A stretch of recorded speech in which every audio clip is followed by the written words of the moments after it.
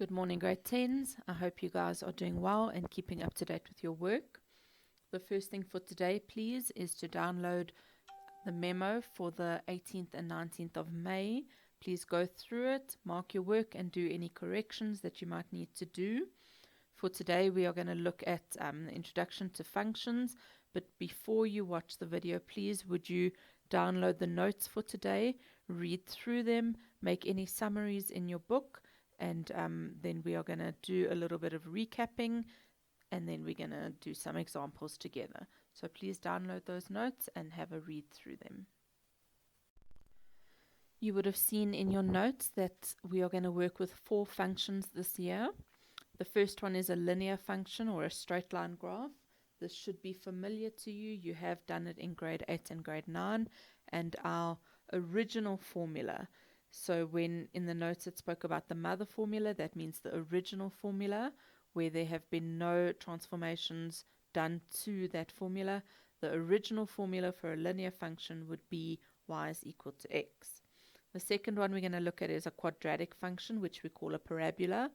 And that quadratic should ring a bell to you from doing quadratic equations. And you would see that the formula is y is equal to x squared. That x squared is an indicator that we are working with a quadratic function or a parabola. The third we are looking at is called the reciprocal function or a hyperbola. And the formula for a hyperbola is y is equal to 1 over x. We will obviously go into these in a lot more detail. And then the fourth one that we look at is called an exponential function or an exponential curve, and the formula is y is equal to b to the power of x. Now, if ever you have got your variable as the exponent, you know that we are dealing with an exponential function. Just to recap, we're going to quickly just look at transforming the original function or transforming the mother function. So you can see that you would have your original formula for your function, and then we have what we call the a value. Now the a value determines the vertical stretch of the graph. So if your a value is a bigger number, your graph would be steeper. If your a number is a lower number, your graph would be closer to the original or the mother function. So basically, the higher the a value, the steeper the graph. If your a value is negative, it means that your graph is reflected about the x-axis. So it would be flipped down if it is a negative graph. And then the second transformation that we look at is called the q value. And the q value is basically the vertical shift of the graph. So if your q value is positive, it means the graph moves up. If your q value is negative, it means the graph moves down. So basically, if you had y is equal to x plus 3, it means that your graph would move up 3 places compared to the original graph. Or if you had y is equal to x minus 2, it means that your graph would move 2 places down compared to the original graph. And like I said, we are going to look at this in a lot more detail. You would have seen in the notes that we are going to learn how to draw a graph using the table method and your calculator. Now the calculator makes it quite easy for you and it does a lot of the work for you. So please make sure that you have your calculator with you, and I'm going to, in the next video, do a couple of examples of how to draw a graph using the calculator and the table method. And then you will notice that today there is no activity, so please use the time just to make summaries in your book, to go back and catch up any other work that you might not have done yet. And then from tomorrow we are going to start with the linear function, and you will see that you will be getting activities every day. Right, grade 10s, I'm going to quickly go through how to do the table method using your calculator, so just follow with me. I'm going to try to zoom it in a bit for you so that you can see hopefully nice and clearly. So the first thing that you will notice is I've done an example here. So it says use the table method to draw the graph of y is equal to 2x plus 3. So normally when you did the table method in grade 8 and 9, you would have redrawn the table, you would have put in your x values and you would have substituted in the x value to find your y value, and you would have then plotted those points. So now the calculator is very clever and it does it for us. So the first thing you're going to do obviously is put it on. You're then going to go to your setup and you're going to push number 3, which is table. Then it says the f of x. Now that should ring a bell from yesterday's work, is equal to, and what you're going to do is you're going to type in the formula for your function there. So I've got y is equal to 2x plus 3. So the f of x is equal to 2x plus 3. So the 2 is quite straightforward. 2. Now if I want to get x on my calculator, what you're going to push is alpha. You can see it goes, the pink writing there, alpha, and then you see the bracket button. Just above the bracket button, there's an x in pink there. So when you push alpha and the bracket button, it gives you 2x. So my formula was 2x plus 3. So then I say plus 3. So you can see there you have typed in your formula the f of x, or in this case y, is equal to 2x plus 3. From there you're going to push equals. Then it says start. So when they say start, they're referring to what x value do you want it to start at. Now you would have learned last year that for your input values we normally start, say for example, -5 all the way to +5. In this case I'm going to do -3 to +3. So I'm going to start, my first x value is going to be -3. End means what is your last x value going to be, and I'm going to make mine +3. So it's going to go from -3 all the way to +3. And the step, what they're referring to there, is basically the interval. So do you want it to go up in 1s or in 2s or in 3s? I want it to go up in 1s, which means it will include -3, -2, -1, 0, 1, 2, and 3. So I'm going to keep my step as 1. And then you can see on the calculator they've given you -3 and -3. So your input is -3, your output is -3. Your x is -3, your y is -3. The next one, -2, -1. So you can see your x value is -2, your y value -1. The next one, -1 and +1. So your x value is -1, your y value is +1. So what I'm going to do is on the side, I'm just going to write these as coordinates because they are ordered pairs, and we're going to plot them. So I've got -3 and -3. I've got -2 and -1. I've got -1 and +1.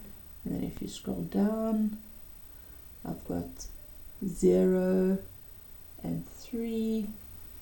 I've then got 1 and 5, 2 and 7, and the last one, 3 and 9. So those are your ordered pairs from the calculator. And then your next step would simply be to plot those ordered pairs. So on your x, I've got -3 and y is also -3. You would plot that point. X is -2, y is -1. Sorry. -3, -3, -2, -1, -1 and +1. 0 and 3. 1 and 5.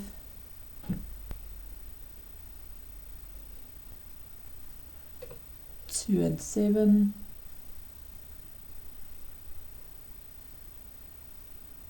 And 3 and 9. And then you would obviously join your points using a ruler.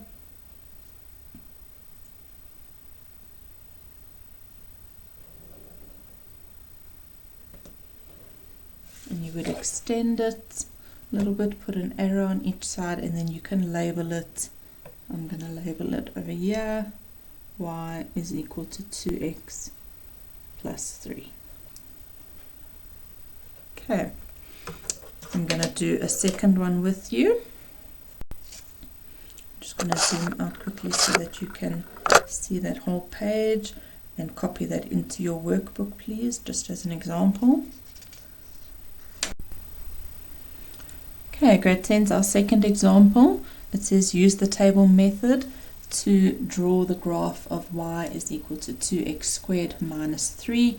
So using our calculator, first thing we'll do is switch it on. You can see mine is already on table mode.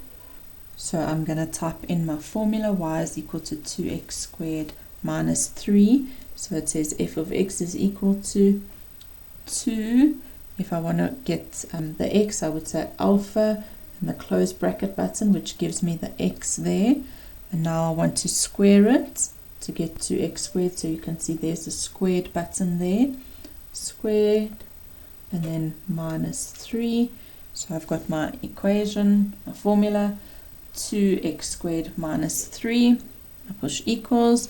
I want to start at -3 again, just like the first one. I'm going to end at 3, so that will be my input values will go from -3 all the way to +3.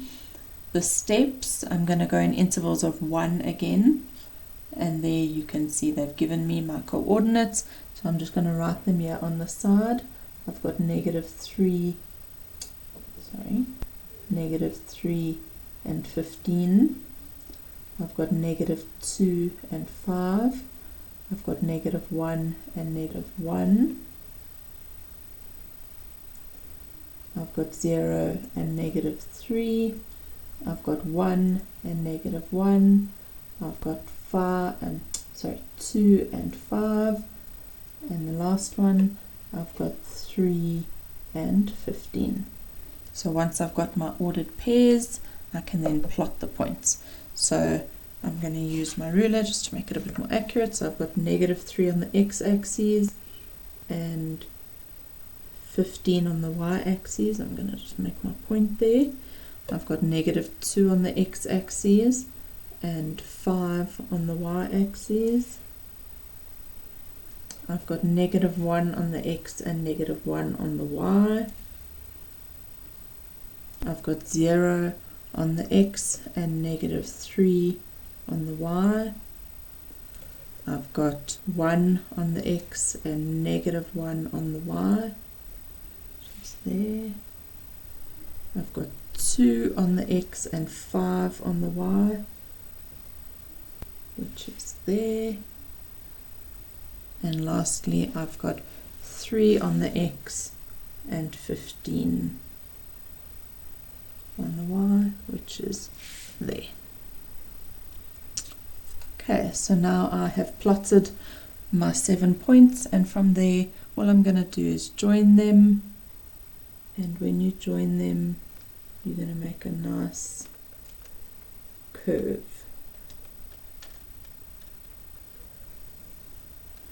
You can extend it, and then you would label your graph y is equal to 2x squared minus 3. Okay, the main point that I wanted you to learn today was doing it on a calculator. Please go and practice it, try and do 1 or 2 on your own, and then this example and the first one, please just rewrite them in your book with today's heading. And like I said, there is no activity today, no homework, so please just go and practice using the table method. Thanks guys. Cheers.